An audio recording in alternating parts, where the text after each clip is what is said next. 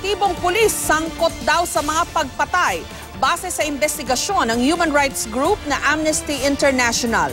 Lumabas na ilang hired killer daw ang umaming binayaran sila ng mga pulis sa presyong 10 hanggang 15 piso kada ulo.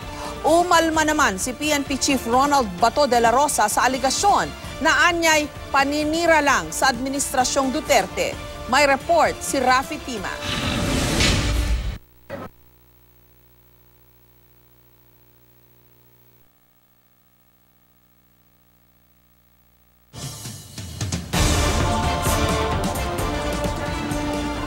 Batay sa datos ng PNP mula July 1, 2016 hanggang nitong January 29, umabot na sa halos 4,000 ang mga kaso ng pagpatay na iniimbestigahan. Pero sa 2 buwang pagsisiyasat ng grupong Amnesty International, lumabas na mismo ang mga pulis daw na aktibo sa serbisyo ay sangkot umano sa ilang kaso ng pagpatay. Pag-amin umano ng mga hired killer, mga pulis pa raw ang nagbabayad sa kanila 10,000 piso kada ulo. Our research also found strong evidence of links between state authorities and unknown armed persons. 2 paid killers told us their boss is an active duty police officer and said they received about $200 per killing. Ayon pa raw sa mga nakausap nilang di umanay hired killer, simula raw nang maupo sa pwesto si Pangulong Duterte, dumami raw ang kanilang napapatay.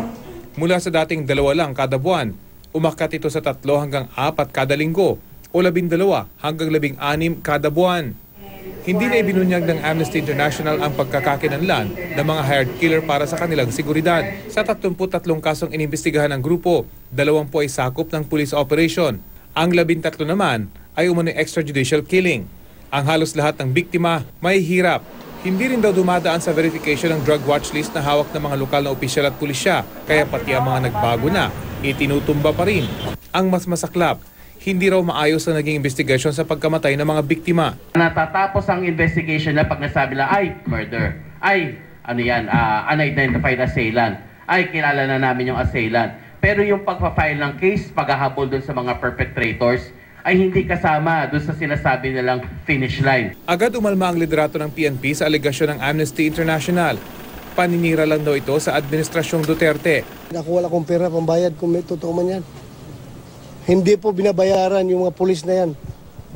Tinala, mahirap kasi sige lang nagsasabi lang, ilabas na yung tao na yan in the open dahil for all you know, paninira na naman yan sa Administrasyong Duterte. Ayon kay Senador Panfilo Lacson, malaki raw ang implikasyon sa bansa ng aligasyon ng Amnesty International.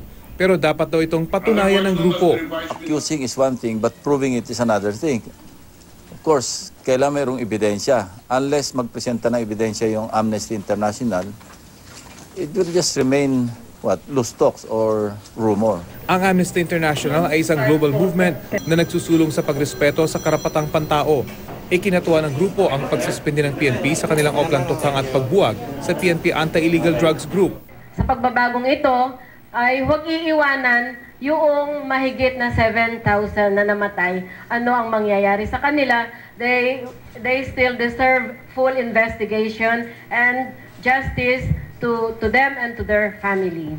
Para naman kay United Nations Special Rapporteur Dr. Agnes Callamard, bukod sa pagpapahinto sa giyera kontra droga, dapat din daw imbestigahan ng mga pagpatay at papanagutin ang may sala. Sagot naman ng Malacanang sa pahayag ni Callamard, magpapatuloy ang giyera kontra droga hanggang sa huling araw ng Administrasyong Duterte. Hindi rin daw pinalalampas ng Estado ang extrajudicial killings na gawa ng mga karaniwang kriminal, pero mali umanong iniuulat bilang bahagi ng police operations. Malinaw daw ang direktiba ng Pangulo na masusing imbestigahan ang extrajudicial killings.